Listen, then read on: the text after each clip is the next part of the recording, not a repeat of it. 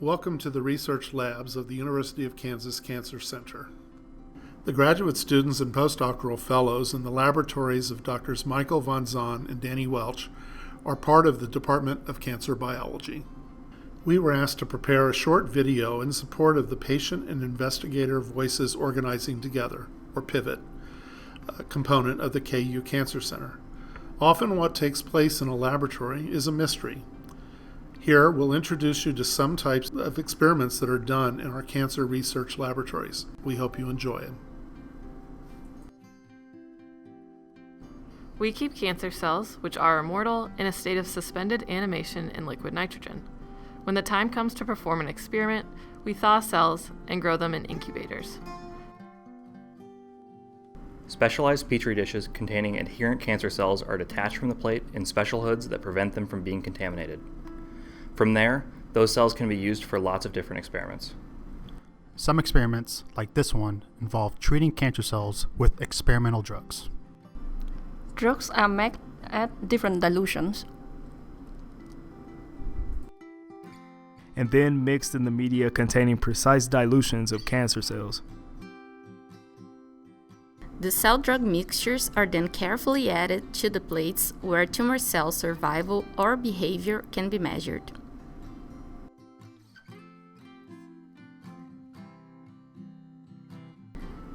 The cells are quickly checked at a microscope to make sure everything is okay.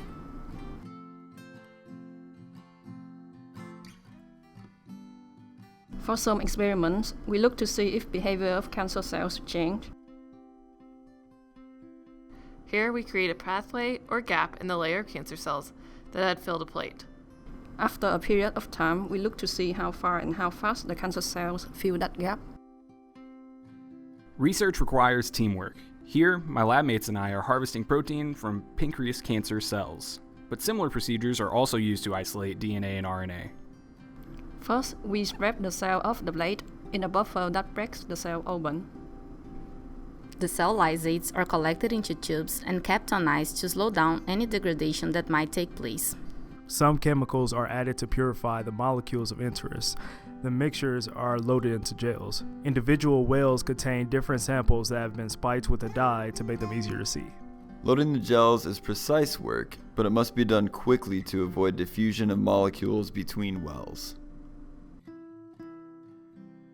Electrical currents are applied to the gels. The currents cause the proteins, DNA, or RNA to be separated by different sizes. This time lapse shows proteins being separated over several hours. Bigger proteins move slower from the top to the bottom than the smaller ones. If you look carefully in the middle, you'll see that different colored proteins of known size form a ladder which we use to compare the size of the protein we are studying. The blue line at the bottom is a dye front. That line helps us know when to stop the electrical current. The gel, which has a consistency like Jell-O, is carefully taken from the apparatus and put on top of a piece of filter paper. See the protein ladder and dye front? Those help the researcher orient the gel, since what we are studying is not visible to the naked eye. Any bubbles between the filter paper and the gel are removed before placing them into another apparatus where the protein is transferred from the gel to the filter paper. The filter paper is much easier to work with and less fragile. After some time, the transfer is complete. The gel is discarded and the filter is stored for the next steps in an experiment. For proteins, antibodies are used to detect the specific protein of interest. The filter paper is incubated overnight on a rocker inside a refrigerator. This constant motion ensures that the entirety of the paper is covered, and keeping the paper cold prevents any degradation. After adding the detection reagent, the filter paper is put into a device which allows us to visualize the molecules.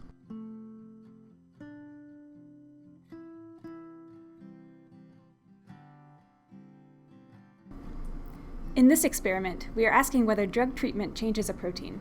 If you look at the bottom, wherever cells were treated, where you can see the plus sign, it shows a big loss of the protein.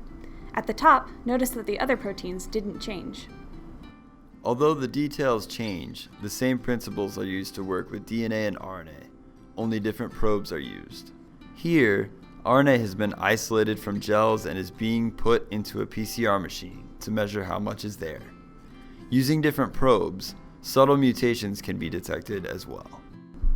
Some of the molecules discovered here are used to examine biopsy to see if they could have guide treatment. Biopsy samples are embedded into a paraffin block and cut to the thickness less than the thickness of a hair. These delicate slices are then put onto slides, dried, and stained with special dyes that allow details of tissues to be seen under a microscope. Each of the molecules we're studying is part of a bigger program to identify molecules that control the behavior of cancer cells. In the Vansaun lab, the focus is on one of the most deadly types of cancer, pancreatic cancer. The Welch lab studies how cancer cells spread or metastasize. This is the property of cancers that makes them so deadly. This is the tip of the iceberg. Other labs throughout the KU Cancer Center study different types of cancer and how to control them. Breast, prostate, colon, leukemia, lymphoma, brain, ovary, bladder, head and neck, and skin cancers, just to name a few. Our goal is to find ways to take the fundamental knowledge from the laboratory into the clinic. As we mentioned, the scope of research taking place in the laboratories of the KU Cancer Center is large. Just in our 2 labs, you see that our teams work on several things. Genetics, Pathology, Diet, Biochemistry, Health disparities. Chemotherapy testing, Cell communication. Physiology, Growth signaling.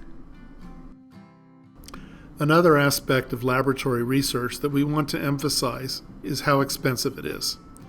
These are just a few pieces of equipment that we use on a daily basis and an idea of their purchase price. Mike and I also want to thank the many patients and advocates who have inspired us and who continue to help us. In our labs and throughout the KU Cancer Center, we focus on the why of our question, which is to improve the lives of cancer patients, their families by discovery and translation. We want our research to be relevant.